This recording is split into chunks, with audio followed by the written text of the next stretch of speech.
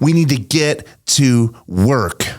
We need to live without fear, because the same Christ who spoke these words with pinpoint accuracy is the one who rules over every moment of every day, of every millisecond of your life. He sees the trials that you're facing. He sees the battles that you're fighting. He sees the burdens that you're carrying, and he stands ready to strengthen you and sustain you. And you can know that his promises are true because he was faithful in Matthew 24. Everything that he said came true.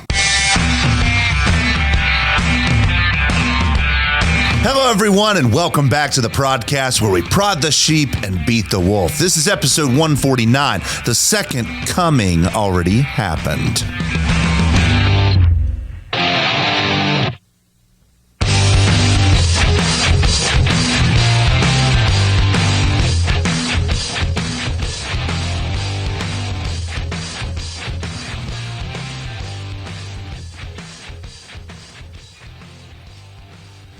Well, hello, everyone, and welcome back to the PRODCAST. This show exists to make the most difficult passages in the Bible clear, to dispel dispensational doom and gloomery, and to bring common sense back to eschatology, and to prod the Church of Jesus Christ to live like our King reigns, because he does. Like he's in control, like he doesn't want us burying our talents in the sand while pilfering the internet for proof of the mark of the beast that's just around the corner. This show exists to dismantle the heresy of dispensationalism, and I want to attack it with the force of an atom bomb. I want to leave nothing but its toxic sludge for future generations to sift through it as a cautionary tale to say, what in the world were they thinking? My aim is to obliterate this view so thoroughly that it becomes nothing more than a footnote in church history, a footnote in a chapter that was not so great, a theological relic that we had to discard in order to faithfully move forward into what Jesus has called us to. The doom, the gloom, the depression, the defeatism is a stain and a blight upon the Church of Jesus Christ. And he doesn't call us to those things. He calls us to hope. He calls us to work. He calls us to faith. He calls us to perseverance. He does not call us to sit idly by waiting for a Wonkavator rapture to zap us out of here. And the PRODCAST is here to bring that good news, especially in the realm of eschatology. I am not going to be arguing on the show that the world is getting progressively worse and worse, that Apache helicopters are just around the horizon and they're going to be used by a European antichrist to mow down the citizens of the world. I'm not talking about eschatological fairy tales. I'm not talking about Neuralink, World Economic Forum. I make fun of those things, but I'm not talking about those things. Instead, this show is about a robust biblical exegesis. It's about seeing what the Bible really says about eschatology and understanding that Jesus reigns victoriously now, that he will have dominion, that he will spread his kingdom to the very ends of the earth, that he will use our lives in service to him, building his kingdom with the gifts and the opportunities that he's given us. And to accomplish that, we're now 149 episodes in.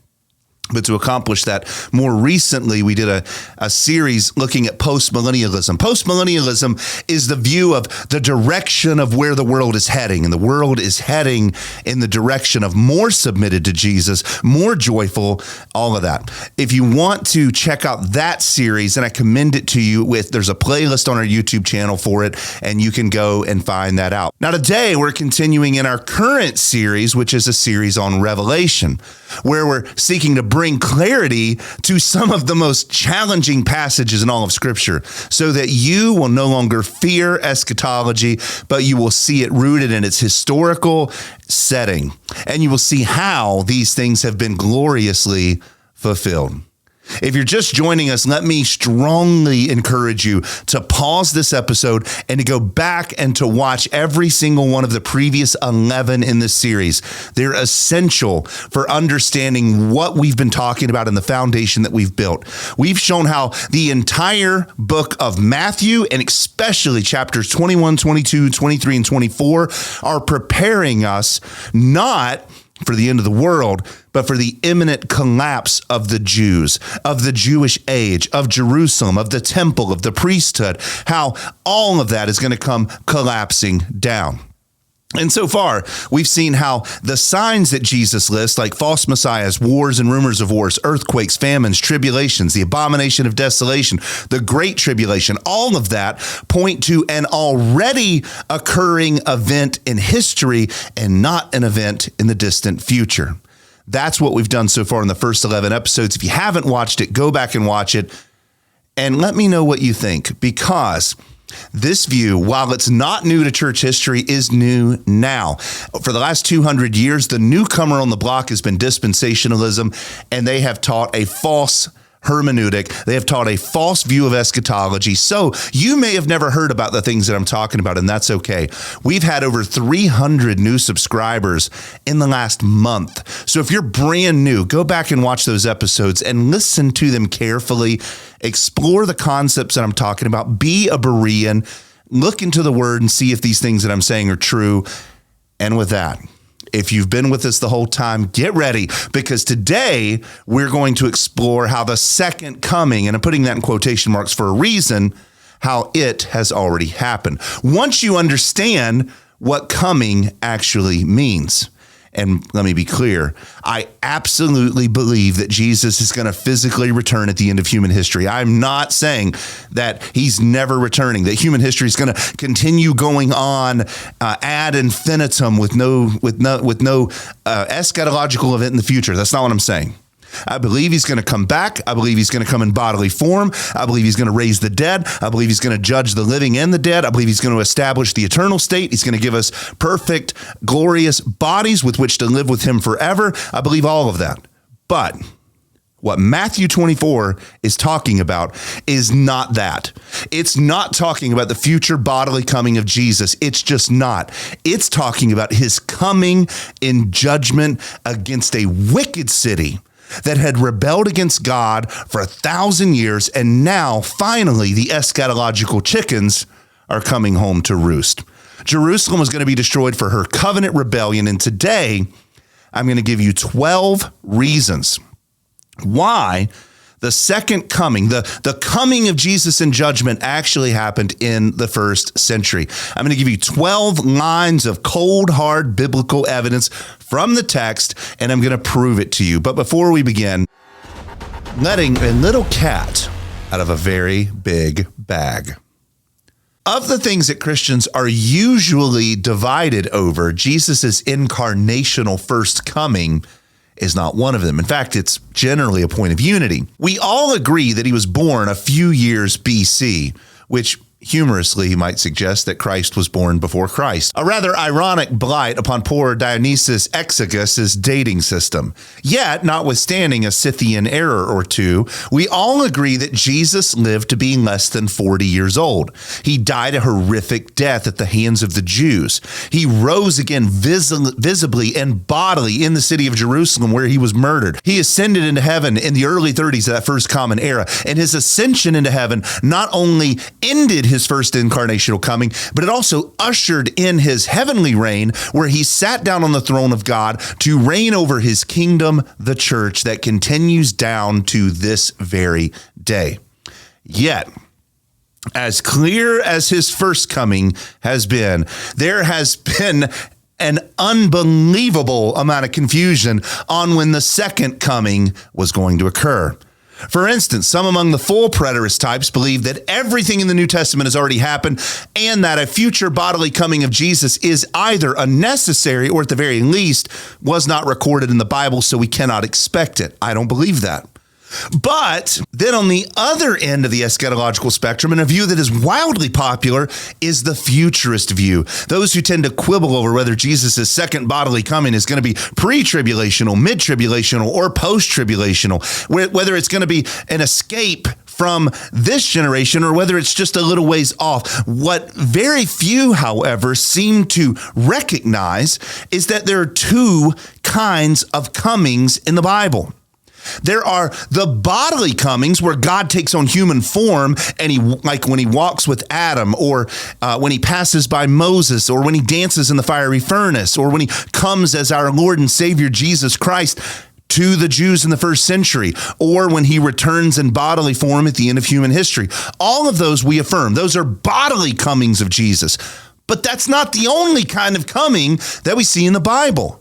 There's another kind of coming, a divine coming of God, no less, where he doesn't come bodily, but he actually comes spiritually. He comes spiritually in judgment against a wicked nation that we cannot overlook. So if we want to understand what coming means, we have to understand what kind of coming it is. And that is the eschatological cat that I want to let out of this end times knapsack that we're dealing with. I want us to dive in today into this idea of what kind of coming is Jesus prophesying in Matthew 24. And for clarity, I'm going to provide 12 reasons why I believe that his second coming, the one that he talks about in Matthew 24, is not a physical bodily coming at the end of human history, but it is in fact a spiritual judgment coming against the people of Jerusalem. I'm going to give 12 evidence for that, and I'm going to give you the most important qualifier that you're going to need before I begin, and that is I believe in the physical return of Christ. I believe that he will come back in bodily form, that he will give us new spiritual bodies, that he will usher us into the eternal state. 1 Corinthians 15, I believe that. My contention in this episode is that the coming that Jesus refers to is not the end of human history coming, but it is a divine judgment coming against the covenant infidelity of the Jews. And to support that view, I'm going to give 12 lines of evidence. But before that, I think we should read our passage. But immediately after the tribulation of those days, the sun will be darkened, and the moon will not give its light, and the stars will fall from the sky, and the powers of the heavens will be shaken. And the sign of the Son of Man will appear in the sky, and then all the tribes of the earth will mourn, and they will see the Son of Man coming on the clouds of the sky with power and great glory. Matthew 24, verse 29 through 30. Now, let's get into our first evidence, which is the meaning of immediate. Now, many, such as eminent New Testament scholar D.A. Carson, suggest a multiple 1,000-year gap between verse 28 and 29. He believes that all of verses 1 through 28 happen in the fall of Jerusalem. But when we get to Matthew 24:29, he and that sort of ilk conclude that our Lord is not referring to the downfall of Jerusalem anymore, but that Jesus hopscotched 2,000 years forward into the modern era without telling anyone that he was doing it. We get to verse 28, all of that's in the past. In verse 29, without any warning, Jesus says, basically, now, all of that notwithstanding, let me talk to you about the future. That suggestion could possibly be reasonable if there was a single solitary shred of evidence to support it, but there's not any. And actually, the evidence is insurmountable in the opposite direction.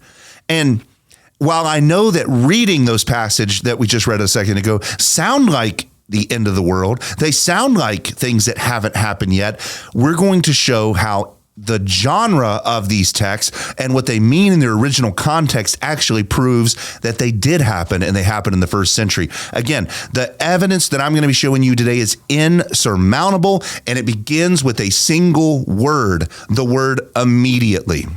Notice how the passages flow. Verse 27, we're going to go back to verse 27, which is a couple verses before 29, obviously. This is what it says. For just as the lightning comes from the east and flashes even to the west, so will the coming of the Son of Man be. Wherever the corpse is, there the vultures will gather. But immediately after the tribulation of those days, Matthew 24, 27 through 29. Now, if you assume a multiple 1,000-year gap between verse 28 and 29, show me where it's at. Show me where Jesus breaks the text and says, you know what? This verses 1 through 28 applies to that, and verses 29 onward apply to this. Show me where the break is, because there isn't one. That would be the scholarly equivalent of trying to sell ice to an Eskimo. To say it differently, I think that would be a tough sell because it doesn't exist in the text. But I suppose that it could be done if there were contextual factors right in the text that would lead us, the reader, to understand that Jesus is consciously intending to wax proleptically. But there isn't. That cockamamie thesis falls apart quicker than a house made of dampened toilet paper when you consider what the word immediate actually means. Immediate doesn't mean a long time into the future. It means what it means, immediate. Now, in addition to the overwhelming proof in last week's episode that the coming that we're talking about happened in the first century, that Matthew 24, 27 through 28 already happened, i.e., we talked about this last week, that he's coming quickly like lightning against the Jews, that the city of Jerusalem is going to be turned into a heaping pile of dead bodies, and that he used the Romans with their eagle, their fowl-like ensigns, to complete the city's desecration. We talked about that last week. So in addition to that, now we need to show how the phrase immediately after those things applies to the first century. And but just to be clear, it doesn't infuse a magical multi-year leap into the future. If the Great Tribulation, as we talked about last week, happened in the first century, then verse 29 and 30 must also occur in the first century because that's what immediately after means. Now, assuming that you're tracking with everything we talked about last week, I'm going to now press into the meaning of the word immediate. And to do that, I want to look at the language that it was originally written in, which is Greek. The word immediate in the Greek language is eutheos. In verse 29, that word is not ambiguous.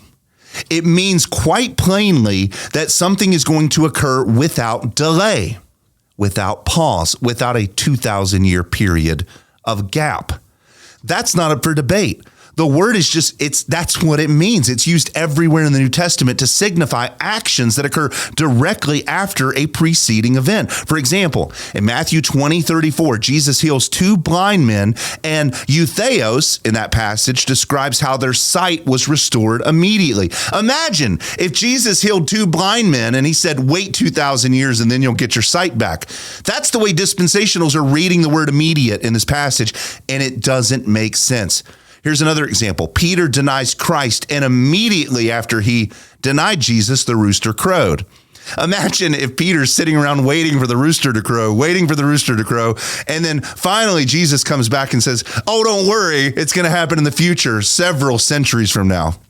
That would make no sense of the word. Every time you see this word eutheos, it means immediate. It means right after. So if we proved last week that the Great Tribulation happened in the first century, there is no other option than this second coming happening in the first century as well. You just can't get around it.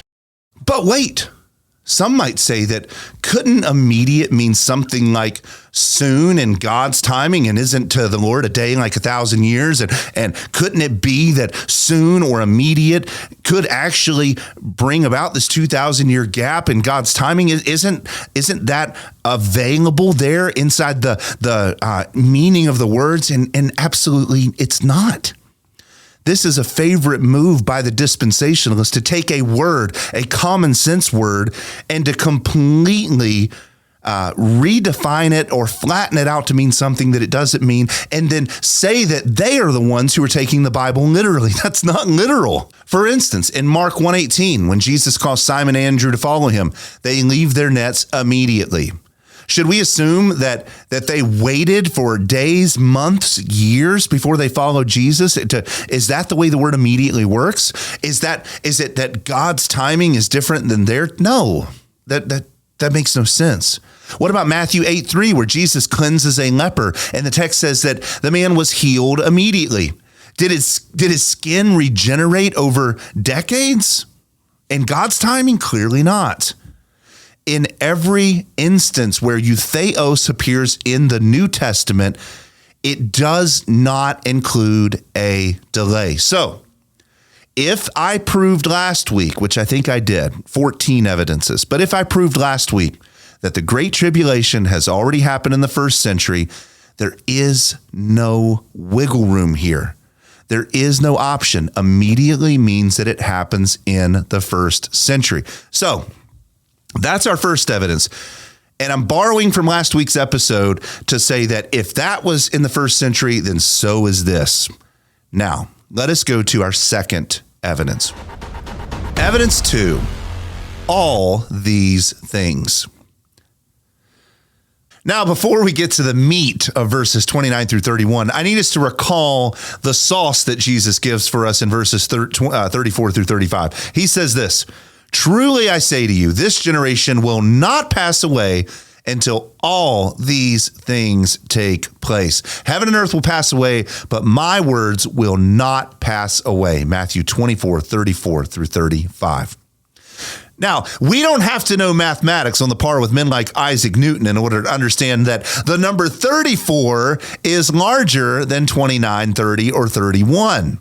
And we don't require formal training from men like Noam Chomsky to comprehend that all these things means all these things. Jesus, when he's saying in verses 1 through 28, are a part of the all these things. But also, 29 through 33 are also a part of these, all these things are going to happen within a single generation. We don't need common sense. The text is sensical enough. We don't need superior education. We don't need a seminary degree. We don't need mathematical degree. Like we said, what we need is courage. What we need is courage to believe the Bible. We need courage like Luther and Calvin and Knox to believe what Jesus said, even if it's difficult for us to imagine, and especially if it messes with our theological system. Let me say it plainly. Verses 29 through 31 happened in the first century because they happened within that generation. They are a part of the all these things that Jesus said would happen within a 40-year window. And we have to believe that if we're going to actually believe that Jesus spoke the truth. It's unavoidable. It's an unavoidable conclusion that you must come to unless you want to pretzel yourself into a human pretzel. This generation means exactly what it means. The Greek word for generation is ganeia, and it's not a theological wild card that can mean whatever you want it to mean. It consistently refers to a specific group of people who were alive at a specific time and who the text is applying to. It doesn't mean us. It doesn't mean a people long into the future. It means the people alive at the time that the text was written. Matthew 23:36 uses the exact same word where Jesus says, "Truly I say to you, all these things will come upon this generation," and he's referring to the judgment that's going to come on the Pharisees of Jesus' day and on the Jews of Jesus' day for rejecting him, for killing the prophets, and the judgment is going to be that their temple's going to be destroyed, which it was. In the same way, Luke 11:50 through 51 says, "So that the blood of all the prophets shed since the foundation of the world may be charged against this generation." In every instance of Ganeia, it refers to Jesus's contemporaries. Generation doesn't mean a race of people or some spiritual lineage of people in the future, like dispensationalists argue. They argue that generation in this passage, just because it doesn't fit their framework, in this passage, it must mean race, as if Jesus is saying, this race of people, the Jews, are not going to pass away until all these things take place. That's nonsense. That doesn't even get close to what this passage is saying. Jesus is not saying that all these things are going to happen within a generation, and a generation means as long as the Jewish people exist. That's not what it means. There's no biblical precedent for Ganeia referring to a generic race of people in a generic time period. If Jesus wanted to refer to race, he could have used genos, which actually means race. Instead, he used Ganeia because he was tying his prophecy to that people standing right in front of him and saying that they were going to be punished. All these signs are going to happen to them. You have to be really imaginative and really creative to infuse into the text something like what the dispensationals do and think that they're the ones that take the Bible literally. It makes no sense. Now, if that's not clear enough, I want you to consider the parallel passage in Luke 21:32. This is what he says. Truly I say to you, this generation will not pass away until all these things take place. Luke's account, as well as Matthew's, doesn't give us room to cherry pick our ideas. The all includes everything in the prophetic timeline, from the false Christ, the wars, the rumors of wars, the earthquakes, the famines, the abomination of desolation, the great tribulation. All these things are going to happen in this generation, which is the generation that Jesus was speaking to.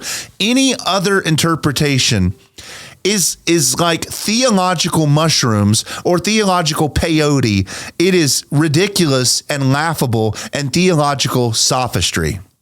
For further evidence of this, we turn to the early church, because the early church actually confirms that this was the accepted translation or the accepted interpretation of this passage. For instance, Eusebius, who was the 4th century historian, he clearly understood that all these things were referring to the events surrounding the downfall of Jerusalem in 70 AD. This is what he wrote. The whole body of the Jewish people was doomed to destruction, and it was in the generation of the apostles that those calamities overtook the Jews. Now, forgive me for laughing.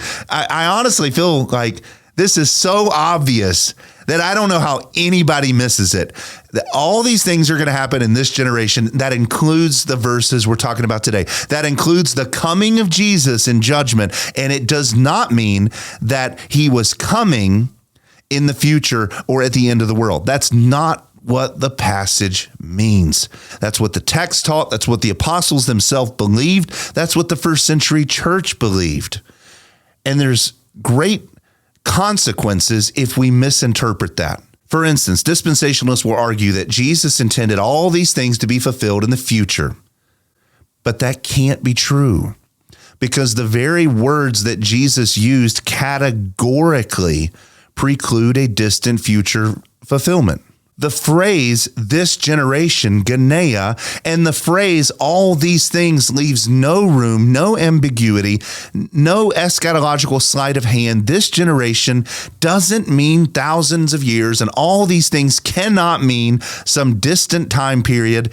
Jesus deliberately and explicitly tied the entirety of his prophecy to the 1st century time frame. And here's the issue that I'm pointing out here. If dispensationalists are correct and the words that Jesus used were meant for a future time, then the actual words that the Bible gives to us become utterly meaningless.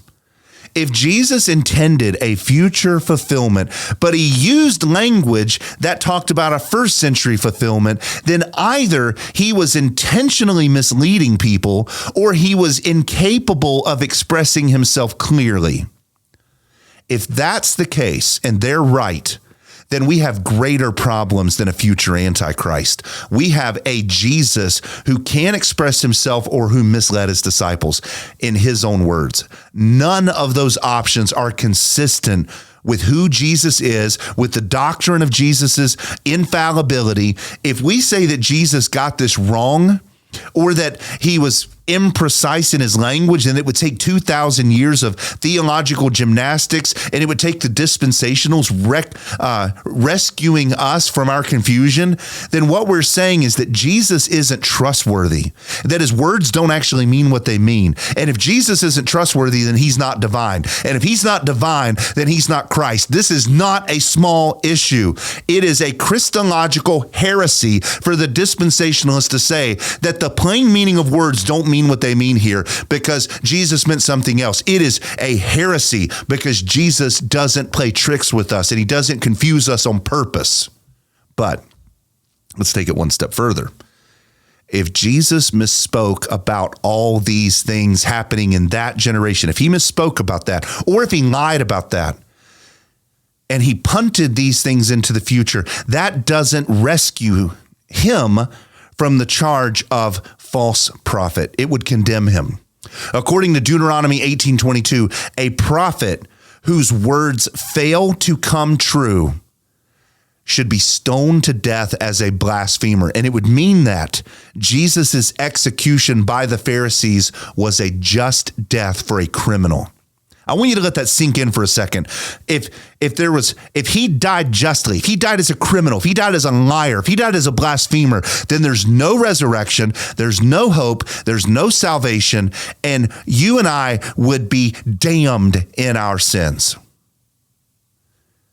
If they're right, if the dispensationals are right, and the plain reading of these words don't mean what they mean, then Jesus was either a lying prophet, or he was a lunatic, or he was an unintelligent moron who couldn't use very basic kindergarten level Greek grammar, and he misled us.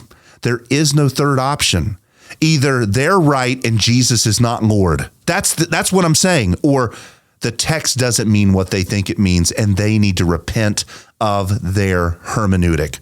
That is evidence number 2, that all these things had to happen in the first century, whether the dispensationalists like it or not. Evidence 3, the shift in Jesus's communication.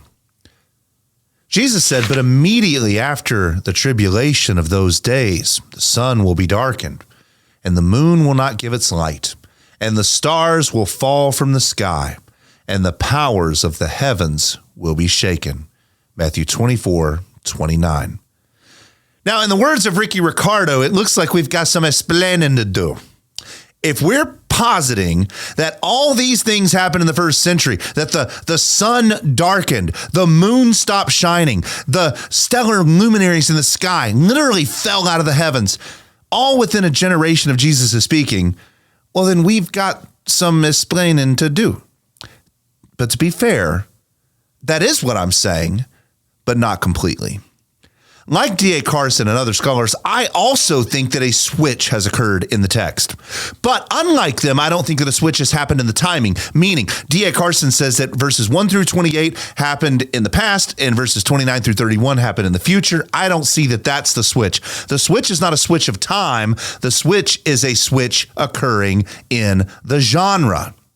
Jesus is changing the literary style. He's changing the genre. For instance, verses 3 through 28, Jesus is using the kind of straightforward language that you would use when you're speaking to a friend, dialogical language.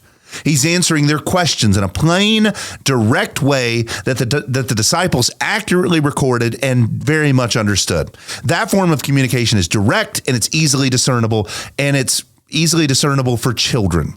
But as Jesus continues, he shifts his communication from the dialogical to a communication style known as the apocalyptic. It's a genre style that we are almost entirely unfamiliar with in our world, but it was a common genre in the ancient world.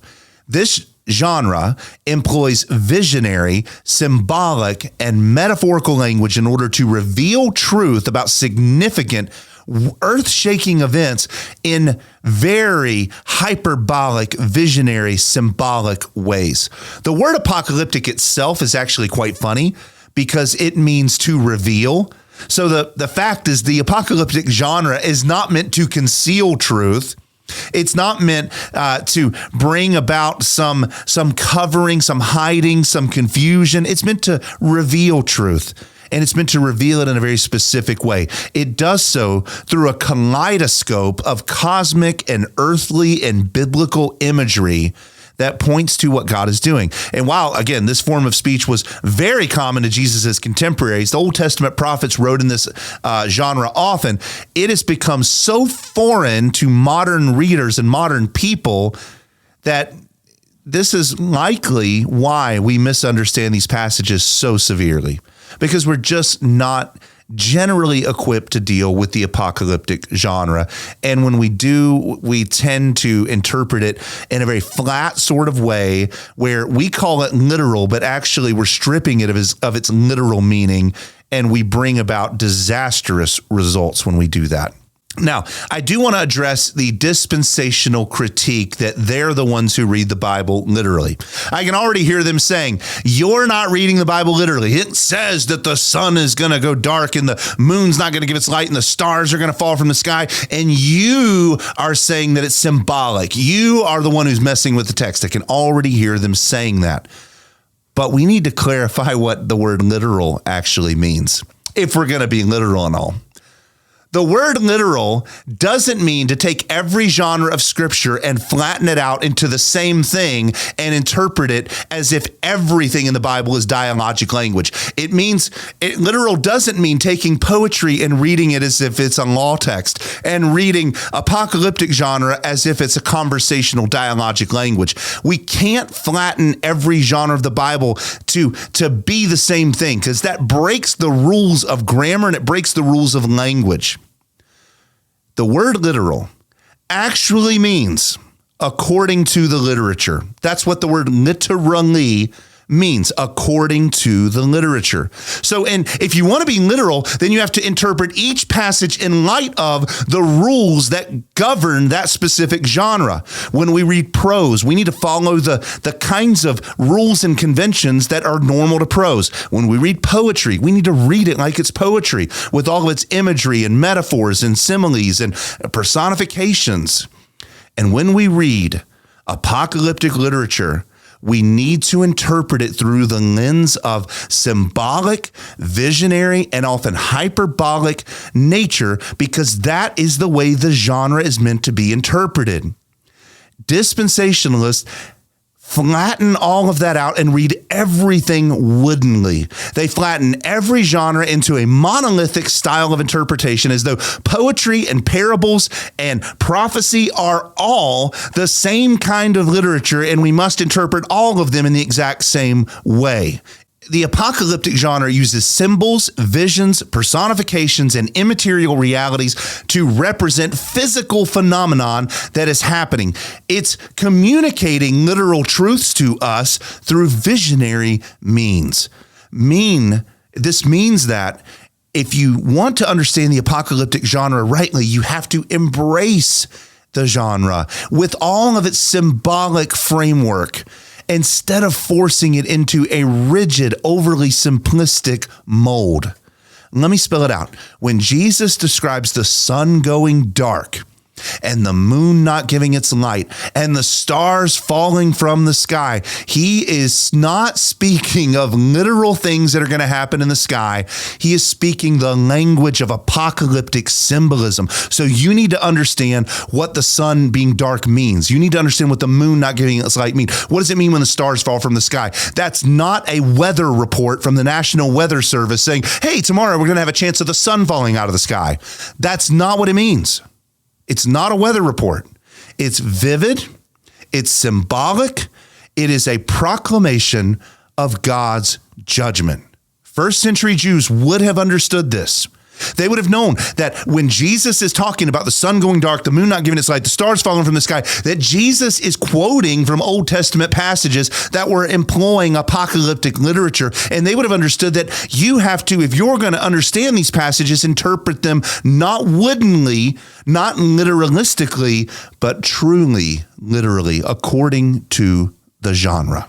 They would have recognized that this language was used in the Bible to describe the downfall of nations, the upheaval of countries, the issuance of divine judgment. Whenever you see stuff going on in the sky in the Old Testament, like astronomical, what R.C. Sproul calls astronomical perturbations, whenever you see that, we're not talking about literal cosmic events.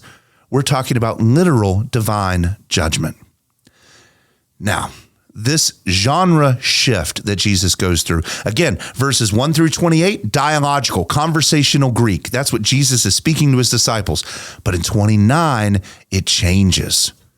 And that genre shift shouldn't surprise anyone at all who's familiar with Jesus's teaching style, because he uses dynamic language. He uses different styles and genres all over the place. He frequently employed hyperbolic language to make a point, emphasizing the seriousness of the situation rather than providing a literal description. For example, Matthew 5:29 through 30, Jesus tells his audience to gouge their own eyeballs out or to cut their own hands off if it causes them to sin. Should we take that literally? Hey, dispensational brother, have you ever sinned by lust? Why are you walking around with two eyes? Why didn't you gouge one of them out? Have you ever, as a child in a store, saw a piece of bubble gum that you wanted and stuck it in your pocket? Why didn't your mother, as soon as you got home, chop your hand off? Better for you to enter into heaven with one hand instead of going into hell with both. I mean, that's what Jesus said, right? Of course, Jesus is not meaning that if you lust, that you want to gouge your eye out.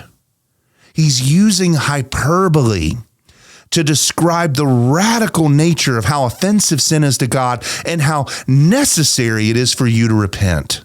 Here's another one. In Matthew 17:20, when Jesus says that if you have faith the size of a mustard seed, then you can move mountains. I've not seen a single person rearranging the Rocky Mountains lately. Just with enough faith, I'm going to move this mountain over here and that mountain over there. I've not seen anything like that. Again, the point is not about mountain moving. The point is about having faith, genuine faith, that believes the promises of God.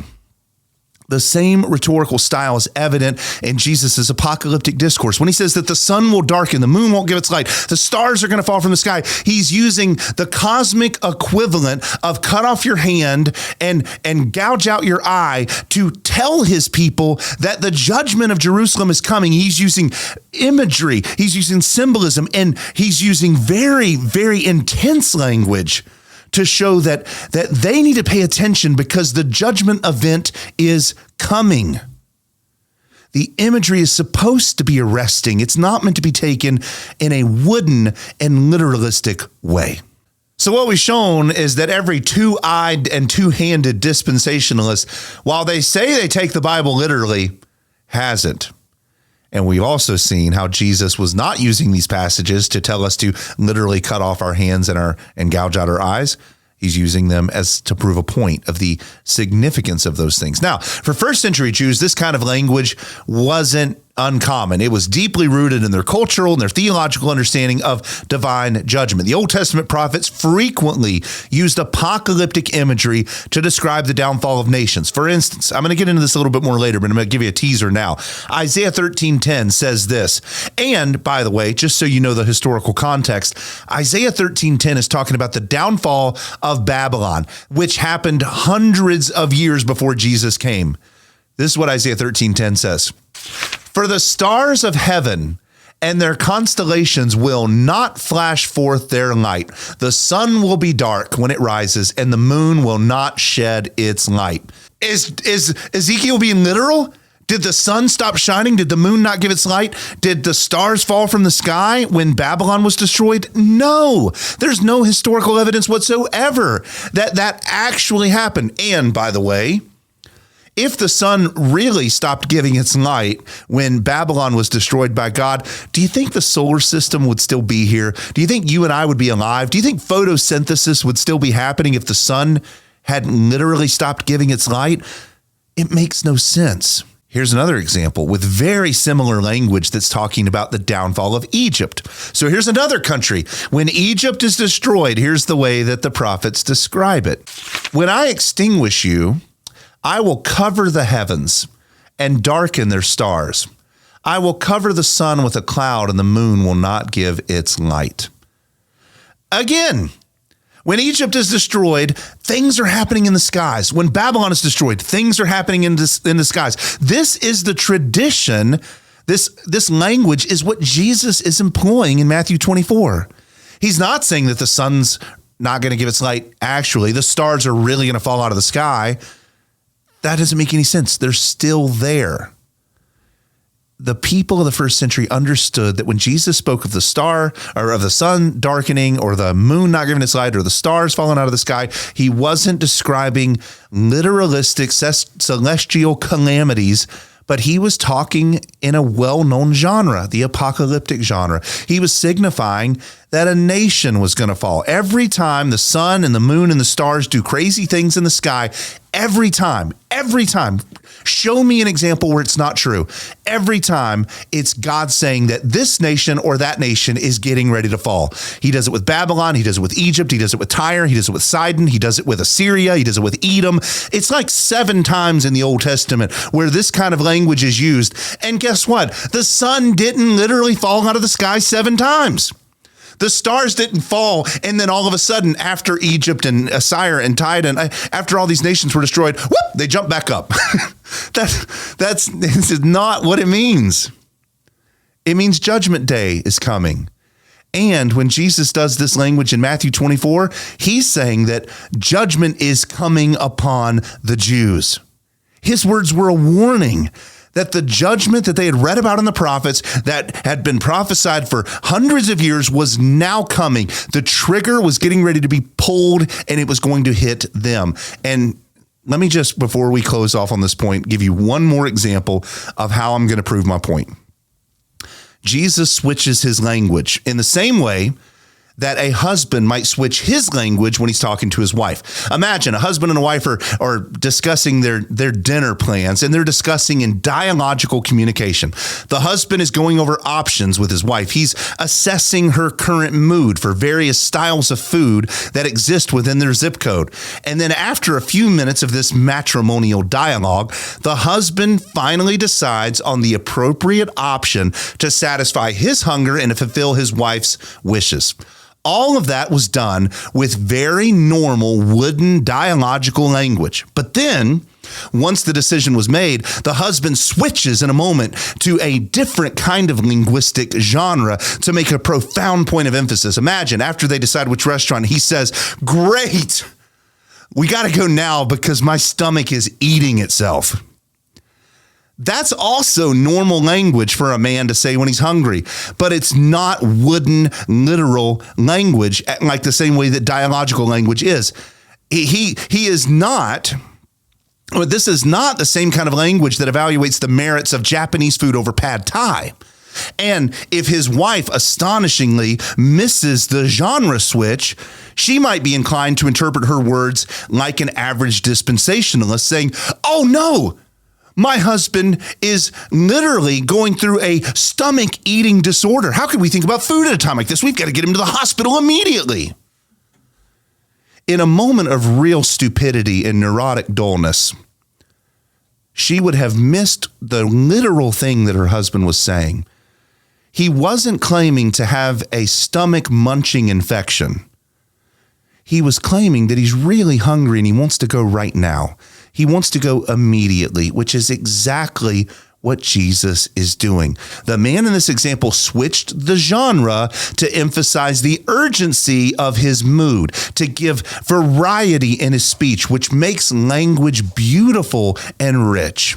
This is precisely what Jesus is doing in Matthew 24. And this is why dispensationalists kill good language. They kill good literature. They murder good genres of literature in order to flatten it all out and make it mean the same thing. And they behave just like that dunder-headed wife in the analogy who can't even comprehend that her husband is saying that he's hungry. In the same way, they look at what Jesus is saying and they can't even comprehend that he's saying that judgment is coming upon Jerusalem. They think that all the stars are going to fall out of the sky. And because that hasn't happened, then clearly his second coming hasn't happened. You fool. That's not what Jesus is saying, and I hope that you see it now. He's shifting away from straightforward prose to apocalyptic imagery, not to confuse you, but to emphasize the magnitude of the judgment that is coming. The urgency of the judgment is coming. The sun, the moon, and the stars are not literally going to fall out of the sky. They are literally telling the story of Jerusalem's downfall. We are watching in the heavens in Matthew 24, them share the story that Jerusalem is doomed. That is evidence number 3. Evidence 4, the biblical use of sun, moon, and stars as apocalyptic imagery. Now, building on the back of what we just said in the evidence before, we're going to take it now a step further and show how when Jesus uses apocalyptic imagery, he's talking about the downfall of Jerusalem. We're going to show from the Old Testament more examples just so that I can really press this home because I don't want anyone to be confused. I do laugh and make fun of the sort of literalistic hermeneutic of the dispensationals, but at the end of the day, I hate the theological system. I love the person. I want you, if you're a dispensational watching, I want you to understand the truth. That's why I'm doing this. I make fun of the system of interpretation. I'm not making fun of you. I want you to understand. So that's why I'm going to lay on the evidence here just a little bit thick. And we're going to begin with how Jesus talks about this in Matthew 24. When he employs apocalyptic language in Matthew 24, he's not innovating. He's drawing from a long-standing tradition of prophetic judgment. Language of the stars falling and the sun being darkened and the heavens shaking would have been immediately recognized by his audience as symbolic markers of national judgment. And they probably would have even known, because they knew their Bibles better than we do, exactly which verses that Jesus was quoting from. They would have known that he's saying that covenant judgment is coming upon Jerusalem in AD 70. That would have been so clear to his disciples. This is, again, Jesus is not predicting cosmic disaster. He's not giving modern futurists an excuse to buy a telescope so that they can watch for these events to happen in the stars. He's talking about the language of judgment. He's using the rich imagery that is used all throughout the scriptures to declare that judgment is coming on the rebels. And in that case, the judgment is ultimate, because now God is signaling into the heavens. When God threatens judgment upon a nation, sometimes that nation can repent, and then God will relent or God will forgive them, like Nineveh. Nineveh was a nation that God was going to destroy, and he sent Jonah the prophet. Jonah eventually did go and preach the gospel, and then God forgave them. But when God signals the judgment in the heavens, there is no room for repentance. It's over. You've now passed the point of repentance. You can't repent. It's going to happen. Now, that doesn't mean that some of the Jews couldn't repent and be saved. They were. But all I'm saying is that the judgment God prophesies here in the flesh in Matthew 24 is now certain. Jerusalem, which was the center of God's old covenant promises, was going to fall. Now, second thing I want to describe in this section is the theological role of the sun, the moon, and the stars, because I think we can get what Jesus is saying here in Matthew 24, but we also need to understand what the sun, the moon, and the stars actually are in the Bible, because if we understand that, then it will give us such a clearer view of why does God show the destruction of nations in the sky? Why does he apocalyptically describe it through the sun not giving its light and the moon not giving its light and the stars falling from the sky? Why does God describe it that way? Well, we need to understand the theological role of the sun and the moon and the stars. In the first chapter of Genesis, God established a cadre of rulers who were going to rule over various different realms that he had given to them. For instance, he installed the sun and the moon and the stars to rule over the heavens, the birds to rule over the sky, the fish to rule over the seas, and man to rule over the land. These spheres of rulership were endowed by God, and even though the birds and the fish and the celestial objects do not contain the same kind of moral reasoning as human beings, they are nonetheless called rulers. They're given authority to rule over particular spheres, and they're expected to obey Yahweh in the way that they rule over their spheres. The sun and the moon and the stars are supposed to obey him in the heavens, and the birds are supposed to obey him in the skies, and the fish are supposed to obey him in the waters, and the man is supposed to obey him on the dry land. And when it comes to obedience, the heavens, the cosmic kings and queens, the sun, the moon, and the stars, they obey God. The sun always keeps its orbit. The moons always keeps its orbit. On day 4, God filled the cosmos with these celestial rulers, these kings, and he gave them authority to govern both the day and the night, and they obey him. They're not independent agents. They obey the sovereign order that God gave them. They obey everything that he said. Now, when you think about the birds, they always obey him. They fly and they do their bird stuff. If you think about the fish, they do what God said for them to do. They do their fish stuff. But when it comes to Adam, the man, he's the only ruler that God installed who did not obey him. The sun, the moon, and the stars obeyed the counsels of God. The birds and the fish obeyed the counsels of God. But Adam, who was designed to be the chief ruler of all the rulers, Adam was designed to be the king of the kings. He doesn't obey God. Now, in addition to Adam's disobedience, which is an important point that all the other rulers obeyed God, but he didn't. We'll come back to that in a moment. It's also important to point out really quickly that the Bible describes these planets, these suns, these stars, all of them, describes them as children, as people, describes them as sons of God.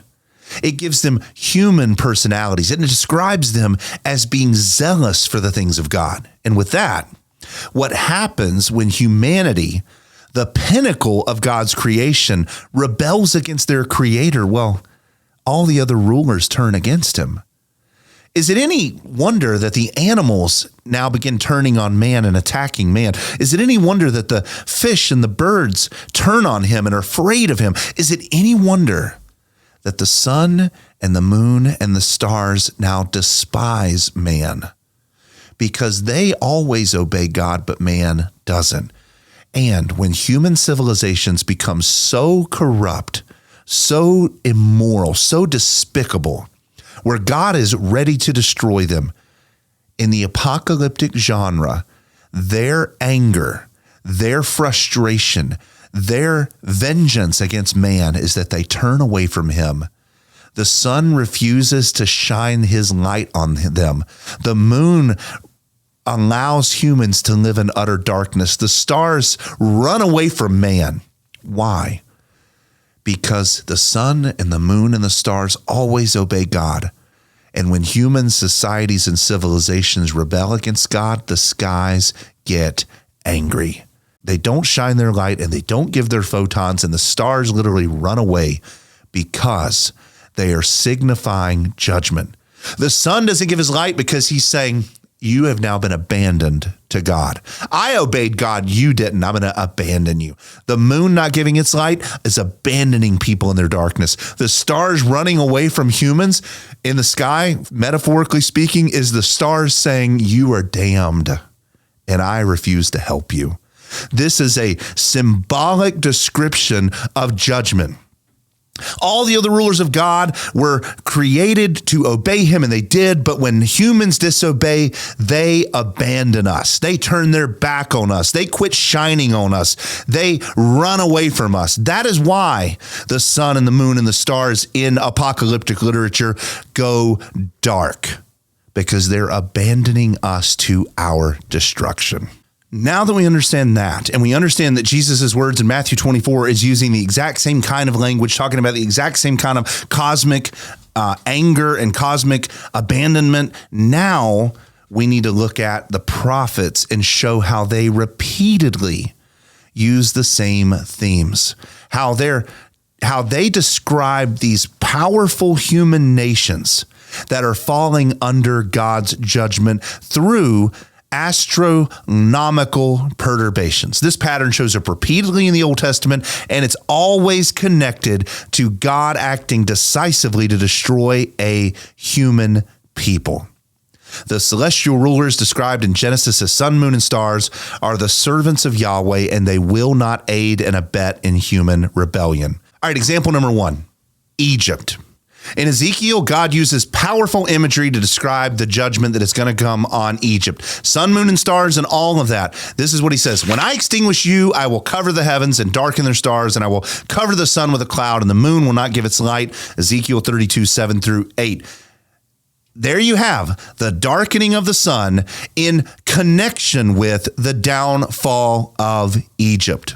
Isaiah echoes this exact same sentiment when we're talking about Egypt. He says, behold, the Lord is riding on a swift cloud and is about to come to Egypt. The idols of Egypt will tremble at his presence. Isaiah 19:1.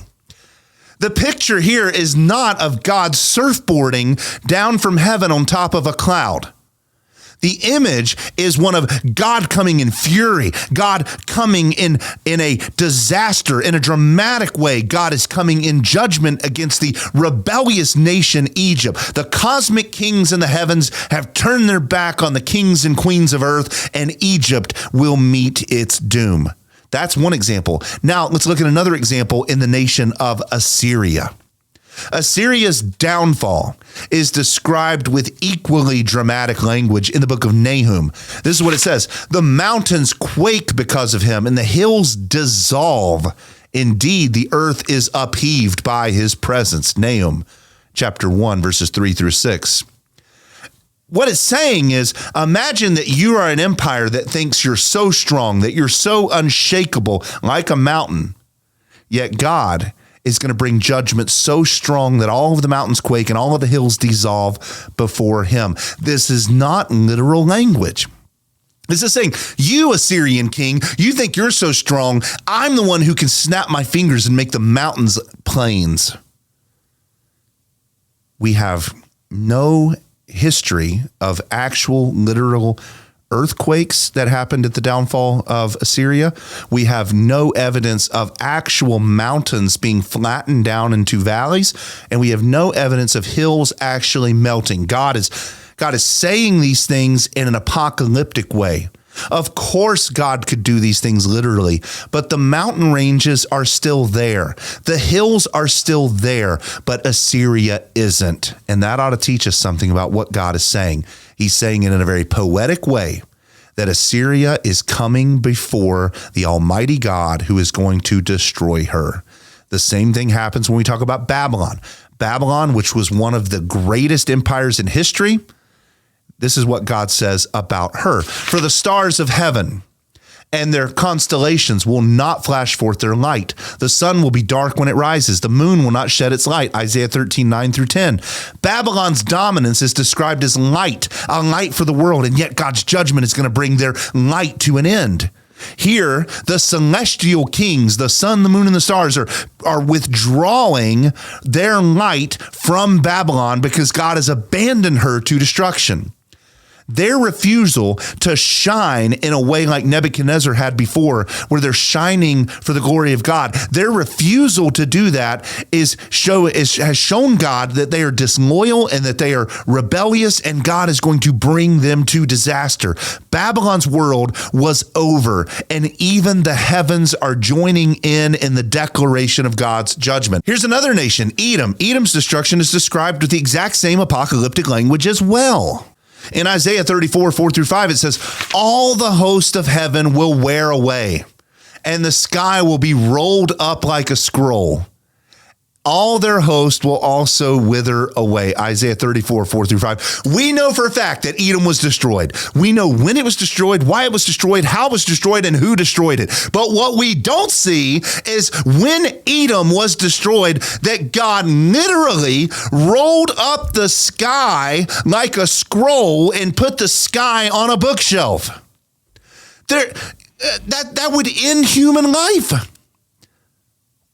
What we have here is apocalyptic imagery. Edom is falling, and the stars in the sky are showing her judgment in the heavens apocalyptically, not actually. Because if you hold to the fact that these are actual events, then they didn't happen. When Edom was destroyed, the sky was not rolled up like a scroll. When Assyria was destroyed, the mountains did not melt. When Egypt was destroyed, the stars did not fall from the sky. These are apocalyptic symbols that are demonstrating the downfall of these nations, not communicating physical, literal phenomena. That's evidence number 4. Evidence 5, Jesus quoting Joel and Amos. The destruction of Jerusalem in AD 70 was not just another tragic event in an otherwise normal history. It marked the climax of God's covenant judgment upon a covenant people who were defying the covenant terms.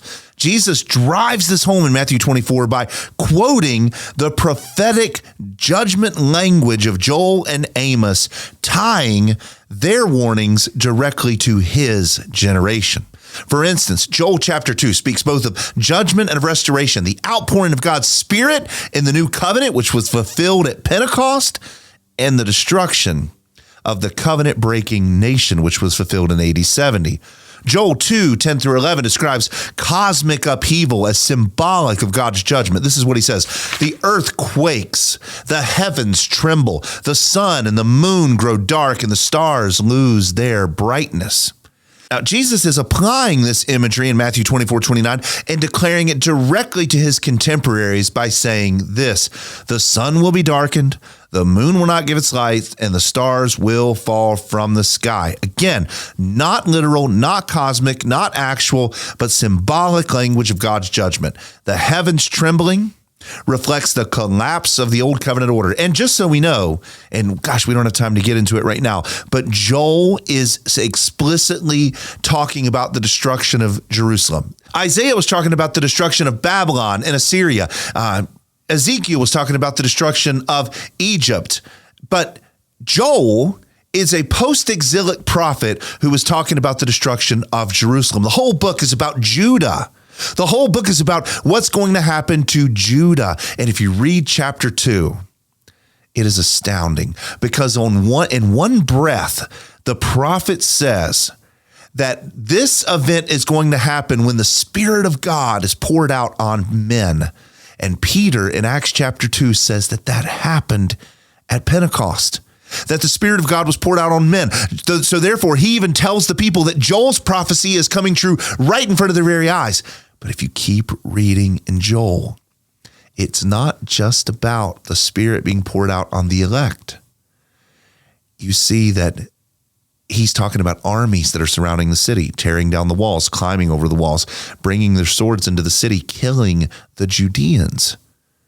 Joel chapter 2 is saying that cosmic things are happening in the sky because the old covenant people, Judah, are going to be destroyed by God. But just before that happens, God's going to save his elect. And the evidence that he's going to save his elect and the evidence that he's going to damn the reprobate Jews is the Spirit of God being poured out on his people. He was marking his people are the one that have the Spirit, the others, the Jews, that God was abandoning to destruction. The ones that the sun wasn't going to shine their light on, the ones that the moon was going to ignore, the ones that the stars were going to run away from, those Jews of the first century were doomed. That is what Joel is saying. To say otherwise is to ignore the message of Joel. But Jesus doesn't just quote Joel. He also alludes to Amos 8:9, which is a proclamation of judgment upon Israel. Amos says this: it will come about in that day, declares the Lord, that I will make the sun go down at noon and I will make the earth dark in broad daylight. Again, all of these passages that we're reading is not that the sun left the sky 7 or 8 different times in the Old Testament. It's just showing us that God, when he destroys Israel, when he destroys Tyre, when he destroys Sidon, when he destroys Edom, when he destroys Babylon, when he destroys Assyria, when he destroys Judah, he signals it in the heavens. And Jesus deliberately and explicitly quotes from Joel and alludes to Amos 9 when he makes this prediction, which means that Jesus is telling his contemporaries that what Amos and what Joel prophesied about concerning the people of Israel and Judah was going to happen in that very generation. That's evidence number 5. Evidence 6, the shaking of the old Jerusalem and the rise of the new Jerusalem. The destruction of Jerusalem in AD 70 was not just a historical whoopsie. It was the ultimate shaking of the old covenant world to bring about a new covenant world. It was God shaking, almost like if you've ever been to one of those little places that has the little water trough, and you get the sieve and you put the dirt in it and you shake it and all of the dirt falls out, and the little gold or pyrite and all of the precious stones that they secretly stuff into the bags. It's what remains in the sieve and everything else falls out. God is going to shake Jerusalem, and all of the sand, all of the dust, all of the chaff is going to fall through the sieve's screen holes. But his people are going to stay, and they're going to remain, and they're going to be his. He is going to shake things up in the first century, which is why Jesus in Matthew 24 even mentions that shaking language. This language is clear, and it divides, this language is clear, and it points all the way back in redemptive history, marking the end of the temple, the end of the sacrifice, the end of the priesthood, and the beginning of Jesus' unshakable kingdom, and the beginning of the new covenant world, and the end of the old covenant order. And we see this in the book of Hebrews. To understand the significance of this event, we have to turn to Hebrews, because it's the clearest passage in the Bible that talks about these things. Hebrews talks about the explicit shaking that happened in the old covenant world when God descended down upon Mount Sinai and quaked and shook and moved the earth. In Hebrews 12, 26 through 28, the author of Hebrews says this, and his voice shook the earth. Then, that's Mount Sinai. But now, he has promised, saying, yet once more, I will shake not only the earth, but also heaven. This expression, yet once more, denotes the removing of those things which can be shaken as of created things, so that those things which cannot be shaken may remain. Therefore, since we receive a kingdom which cannot be shaken, let us show gratitude. What Hebrews is saying and what Jesus is saying in Matthew 24 with the shaking of the heavens is that he is come again to shake the earth. That's what his purpose was. Just like God, when he descended down on Mount Sinai, when the Israelites became Israelites, when they were brought into covenant relationship with Yahweh, when they were turned from rebels and vagabonds and wanderers into covenant people, was at Mount Sinai. And there the earth quaked and the earth shook and the earth and the mountain itself trembled. Why? Because God was shaking covenantally, so that those things that would remain would be his, and those things that fell through would not be his, like the tribe of Korah, who fell through the earth instead of staying atop God's covenantal sieve. Well, in the same way, Hebrews is saying that the same way God shook the earth in the Exodus at Mount Sinai is the same way that he's shaking the earth now. Hebrews is pointing to a greater shaking, a shaking that is going to remove the things of old. It's going to remove the things which can be shaken, which is the old covenant temple, the old covenant sacrifices, the old covenant worship, the old covenant priesthood. All of those things were temporary. They were pointing forward to Jesus, but they were never meant to be permanent. They were shakeable things, and they got shook. The shaking culminated in those things that could not last forever falling away, which is why the temple fell away, because it gave way to a better temple. It's why the sacrificial system fell away, because it gave way to a better sacrifice. It's why the priesthood fell away, because it gave way to a better priest in Jesus. And this is the whole point of the book of Hebrews. In Jesus, the true and better has come. And all those old temporary things now fall down through God's covenantal sieve. That is why Jesus in Matthew 24 says that he came to shake the world. Jesus predicted this shaking in Matthew 24, 29 through 30, when he said, the sun will be darkened, the moon will not give its light, the stars will fall from the sky, and the powers of the heavens will be shaken. And then the sign of the Son of Man will appear in the sky, and all the tribes of the earth will mourn. Jesus is picking up on Sinaitic language. He's picking up on the language that he will inspire the writer of Hebrews to eventually write. This covenant shaking has come. Isaiah 13:10, Joel 2:10, which symbolically describe the end of the old covenant world, it has come.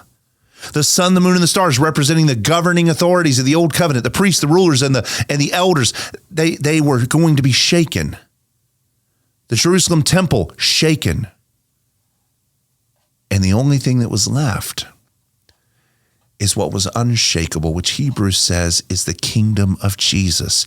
The kingdom of Jesus is that thing that cannot be shaken, that will last forever. It is the full and permanent expression and vehicle of God's redemption on earth. And we have come into that kingdom, a kingdom that cannot be shaken, a kingdom that cannot collapse.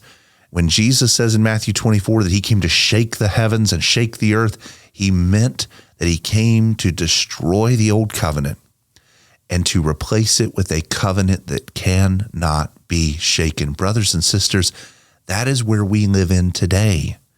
We're not waiting for a seismic earthquake to happen in the sky, where that's a symbol of somehow of the end of the world. The skies shook, the sun, the moon, and the stars fell because God was shaking the old covenant system away. Evidence 7, the ancients' understanding of astronomical perturbations.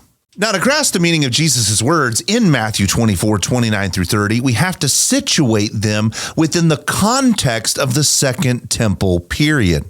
This is a period that began when Ezra and Nehemiah, in that era where the temple was rebuilt. Remember, the first temple, the Solomonic temple, was destroyed in 586 BC. After the exile, they rebuilt the temple. That was the Ezra-Nehemiah temple.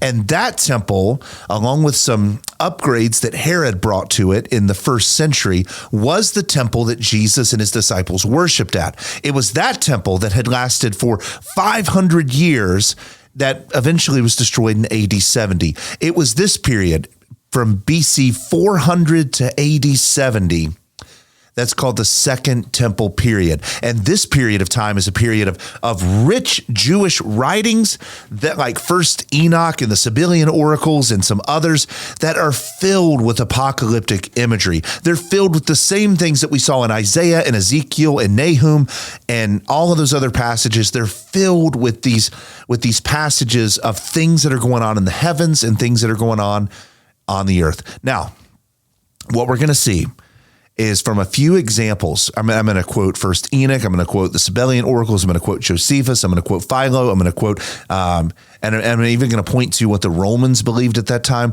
What we're going to see in this particular section is that not only did the ancient way of viewing it in the Old Testament and in Genesis and in Matthew 24 and all these biblical writings, I'm also going to show in this section how this was just the way that the people thought about the world. They thought that when the signs were happening in the skies, it was portending doom upon the earth. So that's what we're going to accomplish here. And I want to begin with First Enoch. In First Enoch, chapter 80, verses 4 through 7, we read about the luminaries in the sky that are altering their courses. This is what Enoch says. Many chiefs of the stars shall err, and these shall alter their orbits and tasks and not appear at the times prescribed to them. In the context of this passage, Enoch is talking about judgment. He's saying that the skies are going to actually be altered in the planets and the sun and all of those things are going to be altered in their orbit because judgment is coming to a particular people. Now, the book of Enoch was widely circulated, a favorite book among Jewish people in the first century. It was one of those books that everyone had a copy of. The book of Jude actually quotes, 2 Peter alludes to it. It is a very popular book in the first century, and it's using the same kind of astronomical phenomenon that we've seen in Isaiah and in Ezekiel and in Nahum and in others. All I'm pointing out here is that this was common ways of speaking in the first century.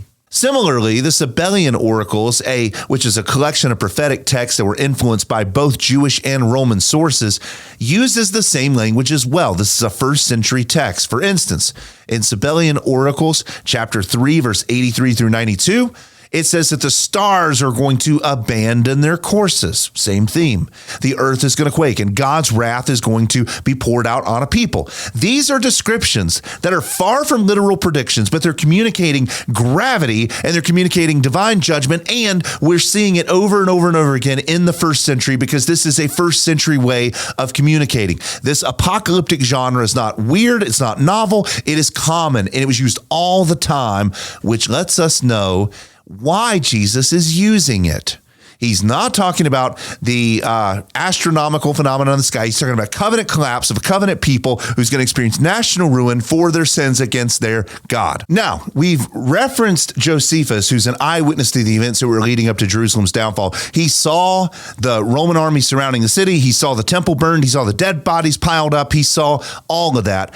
We've quoted him a lot in this series because he's so valuable for understanding what's happening in Jesus's prophecy. He is going to give us all sorts of compelling symbolism, things that are happening in the heavens that actually, he's the first source we've examined so far who said these things were physical phenomenon in the sky. All the other ones, I think, are using these as apocalyptic phenomenon. The sun's not literally falling out of the sky, or the stars aren't really falling out of the sky. But Josephus is seeing real things in the heavens that he can't explain in the wars of the Jews. He's recounting extraordinary signs that are preceding the Roman siege, which to him were omens of tremendous judgment. For instance, last week we talked about these, but I'll recap them quickly. There was a star that hung over the city of Jerusalem that looked like a sword that he says was there for an entire year, and it freaked him out. He said, this is definitely judgment from God. There was a comet that flew over the night sky, and he says that also was a sign of judgment. You remember that there was this bright light that shone in the temple at midnight. It should have been pitch black dark, and yet here it is. Almost noonday intensity of light in the temple courtyard. And Josephus said that while everyone was celebrating how this must be a sign of God's favor, Josephus knew that it was a sign of God's wrath. He told us about a cow who gave birth to a lamb, which is not a sign that happens in the heavens, but it's weird. And I don't even know what to do with it other than to take Josephus at his word that it happened and that it signified Judea's destruction. But he also tells us about, he looked up in the sky and he saw chariots and armies riding around on the clouds. And he said that this vision of chariots and armies in the sky, vision of chariots and armies was seen in the cloud. That this vision of chariots and armies in the sky was an example of God bringing judgment on Jerusalem. He said that it was as if the heavens armies were preparing to invade Jerusalem. Josephus did not treat these as coincidences. He didn't treat these as just mere spectacles. He treated them as divine disaster was coming. Divine initiated disaster was coming to Jerusalem. All of this aligns with Jesus's language of sun, moon, and stars, and it reinforces my point and our point that this kind of language was normal. When you read Josephus, when you read all of these different writers, you will see that Jesus is using very common language at the time to not predict physical calamities in the sky, but to predict the downfall of Jerusalem.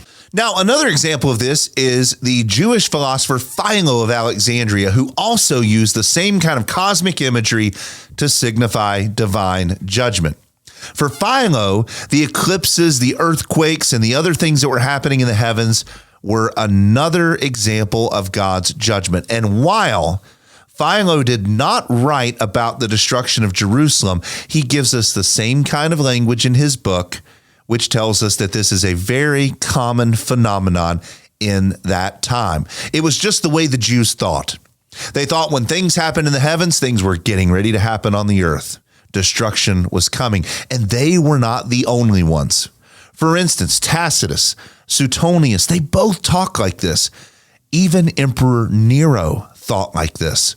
It wasn't just a Jewish thing, it was an ancient way of thinking. Nero, for instance, when Halley's comet flew overhead in 66 AD, Nero looked up and he saw the comet, and he realized at that time that the gods were judging him, that the gods were going to destroy him. And what does Nero do? Nero goes and kills himself because of Halley's comet over the skies. Now, modern people would look at that and say, well, that was crazy, and Nero was crazy.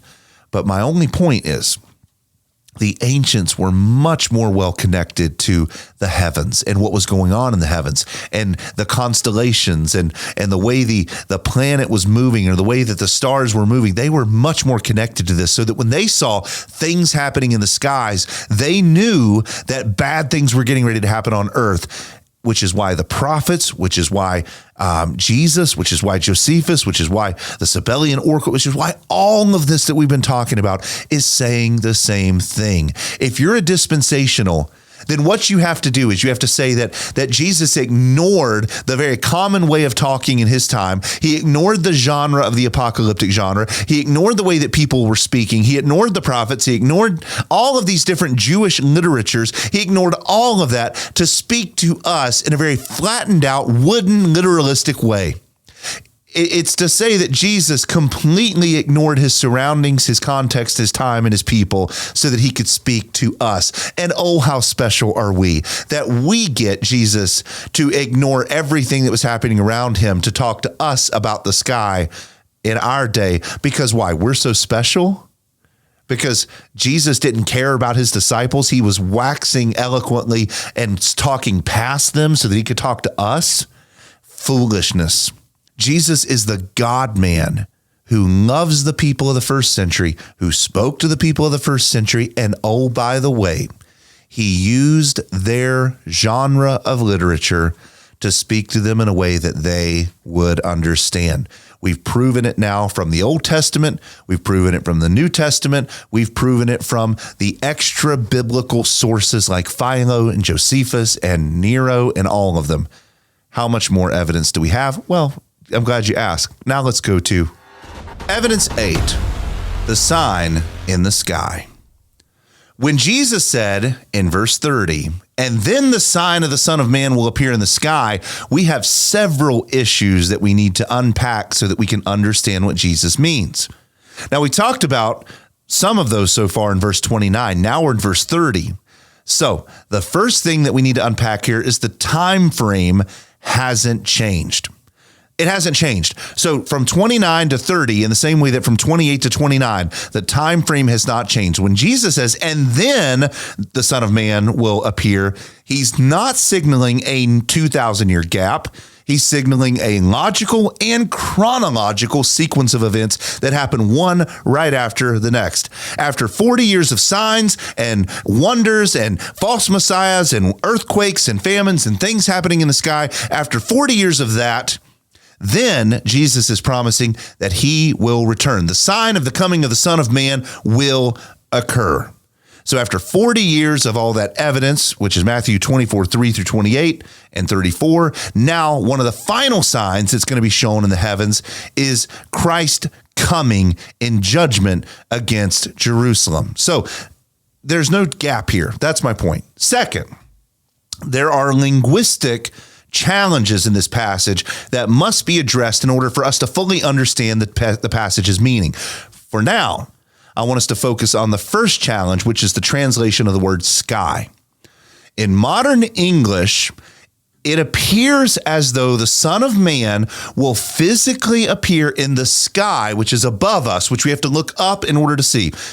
That he's going to physically appear in the sky and he's going to come down to us because, we have to look up to the sky. So therefore he has to come down.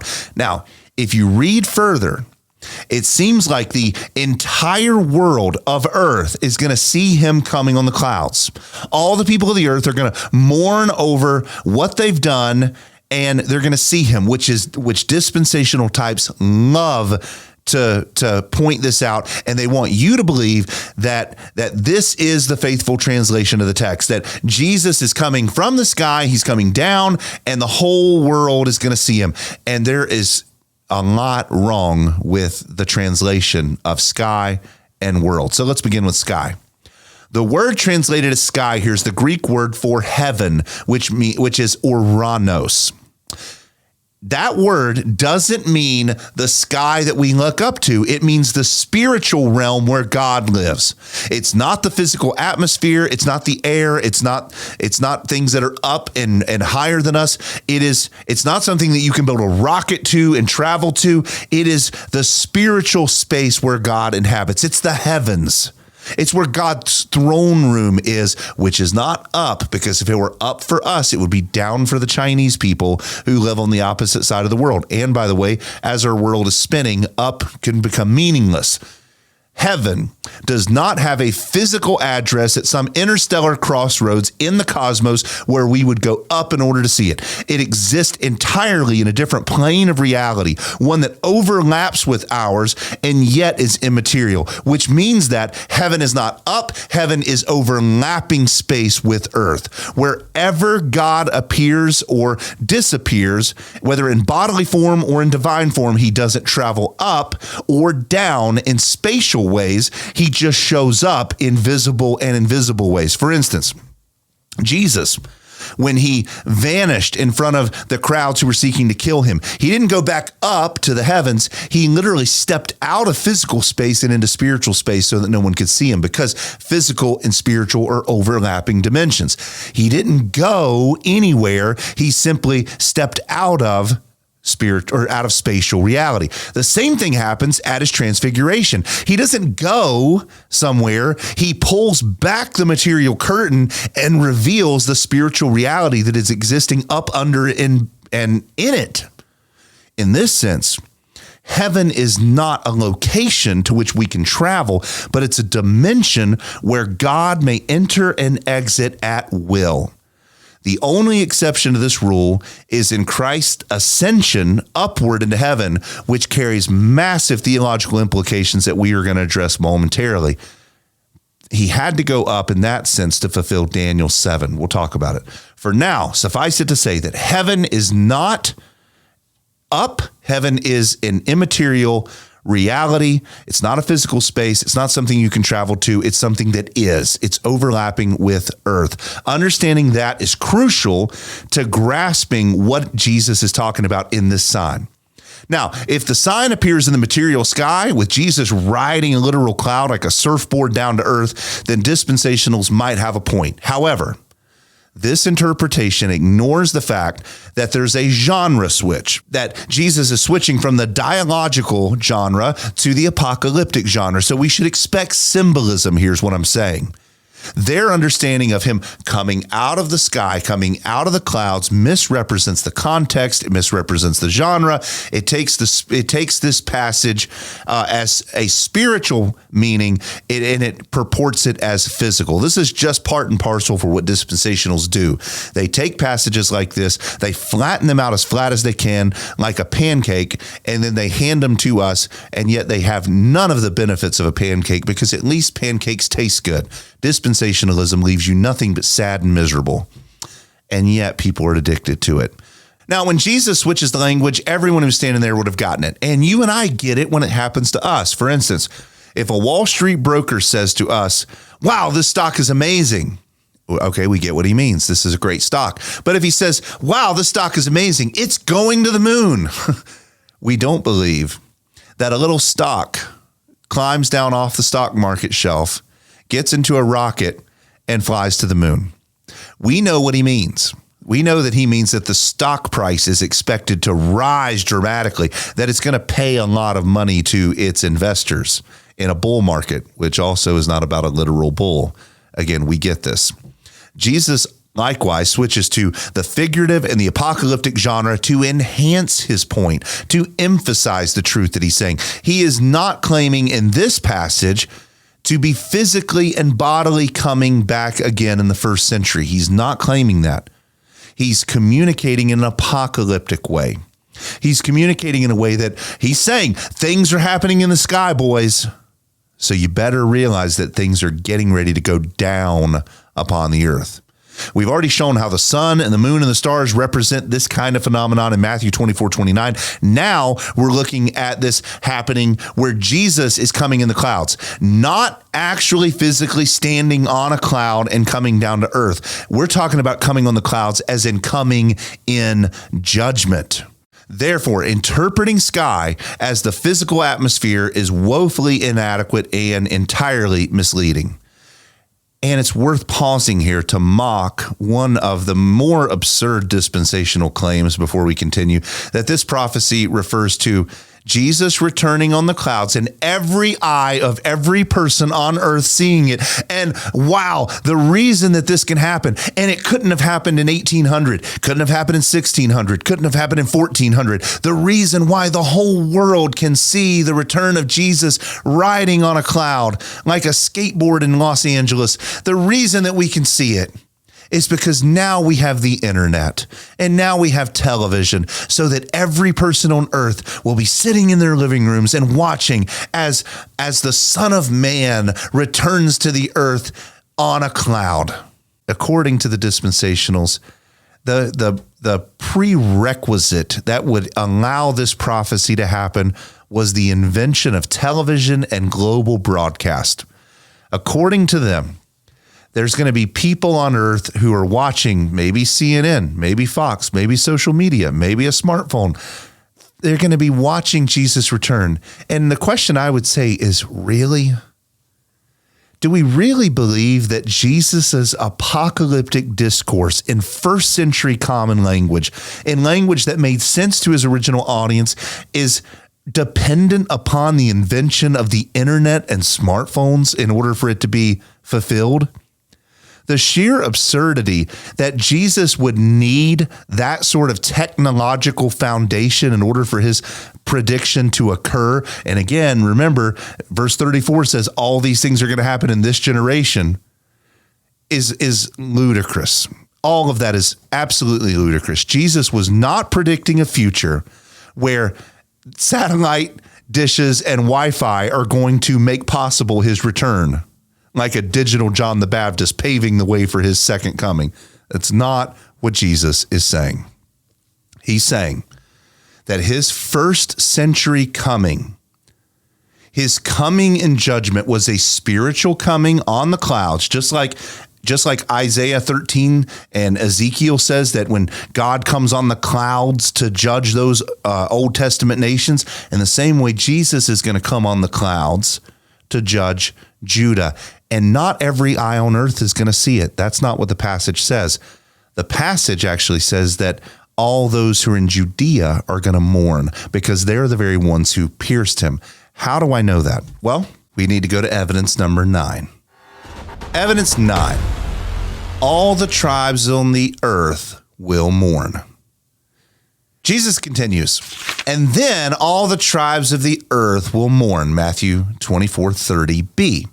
This is a massive mistranslation of this verse. And it's produced massive confusion and speculation among people who are trying to understand what the Bible says. The translators of this passage got it wrong. And I'm not saying that the Bible translators have gotten a lot wrong. And I'm not saying that you can't trust your English Bible. That's not what I'm saying. But they got this one wrong. The word here is not world. The Greek context and the Greek language doesn't allow for this to happen. For instance, the issue lies with the word that is translated earth here, which is gay. In modern English, the word is often misunderstood to refer to the entire planet. We talk about the planet Earth, but that's not what the Greek word gay, comes from Gaia, actually means. It actually overwhelmingly refers to a specific local region, most commonly in the Bible, the land of Israel. There's three basic words for world. There's cosmos, which means the entire world. There's oikomene, which means the inhabited world. And then there's gay or Gaia, which refers to a geographic region of the earth or the land that people actually live on. It's associated with a specific people who live there at a specific time. It is not the entire planet Earth. For example, I'm going to give you a few New Testament examples to illustrate the point here. Matthew 2:20-21 says this, "Arise, take the child and his mother, and go into the land of Israel." Now, this passage doesn't say, arise and take the child and his mother and go into the earth or the planet of Israel. It means land. It means the place where the Jews live. Here's another one, Matthew 4:15, "The land gay of Zebulun and the land gay of Naphtali," Matthew 4:15. This is not the earth or the planet of Zebulun, and this is not the planet of Naphtali. Sounds like we're talking about Star Wars or some other one of those movies. It's talking about the land. It's talking about the region. It's talking about the place where the people of Zebulun live, the place where the people of Naphtali live. Here's another one. It would be more tolerable for the land of Sodom and Gomorrah in the day of judgment. That word land there is gay, Matthew 10:15. Here's another one. When they had crossed over, they came to the land at Gennesaret, Matthew 14:34. Here's another one. There were many widows in Israel in the days of Elijah when a great famine came over all the land. This is not a famine that came over the entire earth, but a famine that came over the land during the time of Elijah. The people of Israel experienced a famine in their land, Luke 4:25. Here's another one. Leave your country, gay, and your relatives and come into the land, gay, that I will show you, Acts 7:3-4. Not the world. Here's another one, Hebrews 11:9. By faith, he lived as an alien. It's talking about Abraham. By faith, he lived as an alien in the land of promise, as in a foreign land. Hebrews 11:9. Over and over and over again, the word Gaia refers not to the entire world, but to a specific region, a specific place where people live. When paired with the word tribes, which is phulai, the meaning becomes even clearer. The tribes are related to a tribal people. There was one particular tribal people who gained their land through tribal allotment in the Bible. It wasn't the ancient Chinese. It wasn't the ancient Africans. It was Israel. They were a people absolutely divided by 12 tribal divisions who lived in a land, who lived in a covenant land, organized under the Mosaic covenant nonetheless. No other nation in the ancient world was a tribal people like them. Not Rome, not Greece, not any of them. Now, when you see that all the tribes of the land are going to mourn at the coming on the clouds, now you have been equipped with the tools to be able to understand what this is actually saying. Jesus is coming on the clouds like God came on the clouds against Egypt. You can look that up in the Old Testament. God came against Egypt on the clouds. Jesus is coming against Judah on the clouds. So it's judgment language. All the tribes, Judah, of the land, Judah, are going to mourn because of what they did. What did they do? They crucified Jesus. They killed his church. They martyred his saints. They did all manners of unspeakable evil. They killed the prophets before them. They shed the blood of the innocent. They were a covenant-breaking, murderous people.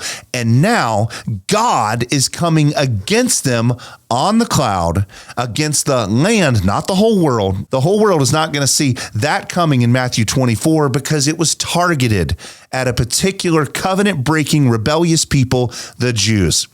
The word there, tribe, proves it, and the word there for world proves it. Again, the word gay, which is in the Greek, you can look that up in the Greek New Testament. It's there, and it doesn't mean planet Earth. It means the land of Judah. That's evidence number 9. Evidence 10, Jesus coming on the clouds. Now, we already talked about this a little bit, but Jesus continued and he said this, and they will see, that's the Jews, they will see the Son of Man coming on the clouds of the sky with power and great glory. Matthew 24:30, part C. Now, what does it mean for Jesus to come on the clouds? Well, we've already talked about that a little bit, that in the destruction of Egypt, God came on the clouds. So we've already talked about that a little bit. But it also has another meaning. Dispensationalists insist that this refers to a physical global descent of Jesus in the future, which we've already dismantled. But when we examine the biblical use of clouds and the prophecy that Jesus is quoting, we see that their interpretation collapses, and we also see what the true meaning of the passage actually is.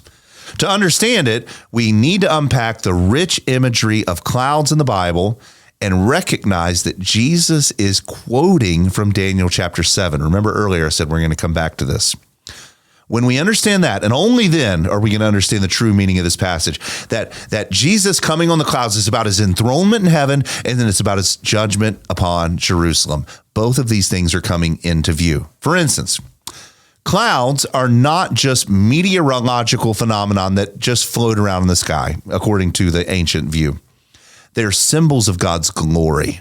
They are divine manifestations of his presence.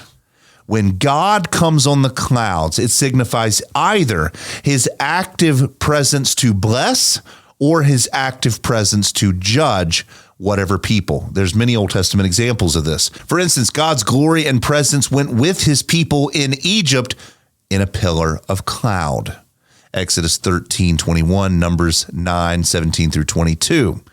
God descended in a cloud in order to speak with Moses and the people, Exodus 19:9 and Exodus 33:9. He dwelled with his people in a glory-filled cloud that hovered over and in the Holy of Holies of the tabernacle, which was a manifestation of his Shekinah glory, Exodus 40:34 and 1 Kings 8:10 through 11. And while the cloud manifestation definitely demonstrates his loving presence with his people, it also demonstrates God's judgment on the wicked. For instance, we've alluded to this already. When God judged Egypt in Isaiah 19:1, this is what it says: "Behold, the Lord is riding on a swift cloud and is about to come to Egypt." This was not God coming to Egypt to say hello. This was not God coming to Egypt to reconnect with the people that he hasn't seen in a while. God is coming on the clouds, apocalyptic language of him destroying Egypt. Whenever God comes on the clouds against his enemies, they are doomed, because clouds signified his wrath to his enemies, but his love and his presence to his people. You think about the flood.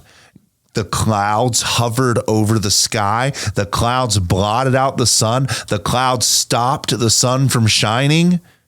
When you see that, it's not only that the clouds were there to rain. Actually, if you think about it, most of the water that was on the earth wasn't from the rain. It was from the fountains of the deep bursting forth.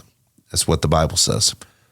So the clouds were there to cover the sky and to blanket the earth with the judgment of God, because he was coming in the clouds against the wicked people of Noah's day. Genesis 9:14. When God judges the nations, he comes in a cloud-like form often. For instance, Zephaniah chapter 1:15 says, "It is a day of clouds and a day of thick darkness." When Zephaniah is describing judgment in his book, he describes it as clouds and darkness. Why? This is common ways that Jewish people spoke. When God comes in the clouds, it's either to bless his people or to utterly surround, choke out, and destroy his enemies. The context determines whether or not the clouds are bringing comfort or whether they're bringing terror. But this is common ways that Jews spoke about God and his presence and clouds. So when Jesus is speaking about coming on the clouds and coming with power and great glory, he is adopting a well-known biblical pattern of speaking. He's not describing a literal coming on the clouds, riding, standing on vapor. He could do that, but that's not what he's saying. He's talking about, I'm bringing my presence in judgment. I'm bringing my presence in judgment against the enemies of God. Who are the enemies? The first century Jews. This becomes clear when we consider the context. Jesus is prophesying the destruction of the temple, Matthew 23. He's called down 7 covenantal woes, Matthew 23. He said their house is going to be burned, Matthew 22:14. He said that he's going to take the kingdom away from them and give it to a people who bears its fruit. He went toe-to-toe with the Pharisees and said, I'm going to render you over to Caesar. I mean, the entire meta context of these passages from 21 all the way to 24 is Jerusalem is doomed. So when he talks about coming in the clouds, our ears should perk up and say, oh my goodness. After the Great Tribulation, after the temple was burned, after the dead bodies were heaped up on top of them, Jesus will descend in spiritual judgment, coming presence, and he will come to cut them and sever them out of the covenant permanently and forever. That is what Matthew 24 is talking about, that Jesus returns to cut them totally out. And that is what he means when he says he's coming with the clouds, and that is evidence 10. When you understand coming in the clouds biblically from a Jewish standpoint, then you understand that this is not a good thing. This is not a coming on the clouds where everybody sees him and is in awe of him. This is a judgment coming of Jesus where he's wiping them out. The Roman armies that obliterated Jerusalem in AD 70 were the visible instruments of Christ's invisible wrath. Now, one other thing before we get past evidence number 10 that I have to point out, because I said that I was going to. Cloud coming can mean two things. We've already said that. Cloud coming is disaster for God's enemies, but it's also glorious and beautiful and good for God's friends, God's people. Jesus here is quoting Daniel 7:13, which is why I said that we need to cover this, because Jesus isn't using just generic Old Testament cloud imagery. He's directly, word for word, quoting Daniel 7:13, when Daniel says this, I kept looking in the night visions, and behold, with the clouds of heaven, one like a son of man was coming, and he came up to the Ancient of Days and was presented before him. Daniel 7:13. Now, I want you to notice what's happening here in Daniel's vision. The Son of Man is not descending to the earth like dispensationals would have us say. Daniel is saying that the Son of Man is ascending. So what is happening here? What dispensationals have done in Matthew 24 is they've said that this compares to Daniel 7:13, and this is when Jesus descends from heaven at the end of human history. This is when he descends in order to make war. That is not what Daniel's saying. Daniel 7 is saying that the Son of Man will ascend up to heaven. Jesus is saying that after 40 years from that event, he's going to descend with the clouds, which is judgment language. Daniel is talking about Jesus ascending up to heaven to receive his kingdom, a kingdom that will never end, that no one will take away from him. And then Jesus is saying in Matthew 24, after his ascension to heaven, 40 years later, he's going to finally, totally, and permanently destroy the Jewish people. He's going to cut them out of his covenant, and they're going to be cut out viciously and violently. That's what he's saying. He goes up to the clouds of heaven on behalf of the elect so that he can rule over the kingdom that we belong to. And he comes in the clouds against the Jews, which is a sign of judgment. One cloud coming is for his people and for their good. One cloud coming is for his enemies and for their doom. That is what Jesus is saying when he says he's coming on the clouds. And that is evidence number 10. Evidence 11. Two kinds of comings. Now, I've decided not even to do all 12. I'm just going to do 11 because I think we fully proved it. And this one I just want to summarize because we've covered it basically the entire time so far. Much of the confusion that's surrounding eschatology is because we don't understand that the New Testament is talking about two comings of Jesus. This theological misstep has fueled so much misguided futurist speculation and theological embarrassment of the dispensational types, and yet clarity emerges when we grasp this simple truth that there are two comings of Christ, or two kinds of comings of Christ. We have a physical bodily coming, which happens at the end of human history when Jesus comes back and he ushers in eternal state. And then we also have a spiritual judgment coming, which happens against Babylon, Assyria, Tyre, Sidon, Edom, Egypt, and Judah. This distinction is not a distinction without a difference. It's not a mere academic exercise. It's the linchpin that brings all of this to life and shows you what Jesus is talking about, shows you why he switches to the apocalyptic genre. Because in verses 1 through 28, he proved it in dialogical form. He said, I'm going to do this, I'm going to do that. There's going to be famines, there's going to be earthquakes, there's going to be wars and rumors of wars, there's going to be false messiahs, there's going to be an abomination of desolation. He said all of that in a very literal way. Then he switches to the apocalyptic genre where he says, and then there's going to be things that are happening in the heavens, judgment. And I'm going to be coming in the clouds, judgment. And the skies are going to shake, judgment. Every single aspect of this has an Old Testament reference. It's baked into Jewish thinking. Josephus and Philo and everyone else talks like this, and yet dispensational types are so disoriented that they can't even see their own nose in front of their face. This understanding of two comings breaks open this passage and clarifies everything that is confusing about it. And it shows us that it is about a first century judgment coming against the Jews for their crimes against God, and not an end of human history, Jesus surfboarding down from heaven. Now, with that, I think we've well proven our point. And instead of me continuing to take a victory lap, which I could, because we've proven it completely, dispensationals are still not going to hear it because they have scales over their eyes. But instead of that, let's end today's episode with a conclusion. Conclusion.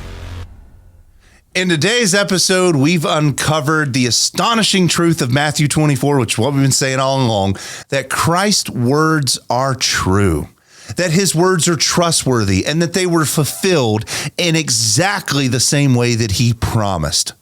The destruction of Jerusalem in AD 70 is not just a historical event. It's proof that our Lord speaks truthfully, that he reigns supremely, that he is faithful, that his word can be trusted. And this helps us understand that the Bible really can be trusted in everything that it says. And the way that we've interpreted this passage today is the way that Jesus wanted us to interpret it. It's the way his first century apostles interpreted it, and it's the right way to interpret it. And if you're a dispensational, I know that this changes everything about the way that you view this passage, but it also changes everything about the way you live. Here's what we've talked about today means for us. We're free. We're free from the chains of fear that grip the hearts of people like the dispensationals who believe that we're just waiting for the world to get worse. We are free from that fear. We're free of the fear of an impending apocalypse. We're free of the fear of defeat. We are free of thinking that history is slipping out of control and moving ever closer to a catastrophe. We're free to see that all of that calamity happened to the Jews of the first century, and that Jesus established a kingdom, as Daniel 7 says, that will never end, that will continue to advance, that will continue to grow like a mustard seed until it fills the entire garden, that will continue to grow like the little pebble that turns into a mountain that fills the world, that will continue to grow like the leaven that leavens the entire lump, that we are free to be optimistic. We are free to be hopeful. We are free to see the reality of Christ's fulfilled prophecy in the first century that is proven in history, that is not leading to a world that's spiraling out of control and into chaos, but it's unfolding now under the sovereign hand of Jesus as his kingdom expands. We no longer need to panic and fear and weep over the state of the world. We need to get to work. We need to live without fear, because the same Christ who spoke these words with pinpoint accuracy is the one who rules over every moment of every day, of every millisecond of your life. He sees the trials that you're facing. He sees the battles that you're fighting. He sees the burdens that you're carrying, and he stands ready to strengthen you and sustain you. And you can know that his promises are true because he was faithful in Matthew 24. Everything that he said came true. I want you to let Jesus' faithfulness in fulfilling every aspect of Matthew 24 remind you that his promises for you are certain. You don't walk alone. You don't labor in vain. You don't fight for a kingdom that's going to collapse like a sinking ship. Christ is with you. He crushed his enemies. He's continuing to crush his enemies, and you are a part of that kingdom that we talked about today that will never be shaken. Don't stare at your navel. Don't stare off at the clouds. Get to work. Have confidence in the truthfulness of what Christ has said. Confidence to live boldly, to take risks for Jesus, to work faithfully, to stand courageously amid all the struggles that we go through in this life. If Jesus' words about the judgment that were so precise in the first century can be trusted, and they can, then how much more can you trust that his promises about redemption and his promises about victory and his promises about the ultimate triumph of the church are also going to come true with perfect clarity? The kingdom of God for 2,000 years has been advancing. It hasn't been retreating. And you know why? Because Christ reigns. Not the world, not the devil, not the demons. Jesus reigns. The church is his bride who is conquering, not collapsing. So brothers and sisters, rise up. Live like citizens of that victorious kingdom. Pour yourself into your family. Pour yourself into your work. Pour yourself into your church and into your community and into your government, and know that everything that you do for Jesus is not done in vain. C.T. Studd once said, "All things will soon be past. Only what is done for Christ will last." I want you to let that truth propel you forward into your day and into your morning and into your evening and into your week and into your month and into this year and into your life. I want you to see how Jesus' fulfilled prophecy that is fulfilled with utter clarity means that it's utterly trustworthy. His word is utterly trustworthy for you, and he will be utterly victorious in the world. Don't live in defeat. Don't believe the lie that the church is losing. We're not bystanders, we're builders. We are soldiers. We are ambassadors. We are kingdom people, not trailer park chumps. Take these truths, press forward, unshaken, unwavering, and full of hope. And I'll see you again next time on the broadcast. Now get out of here.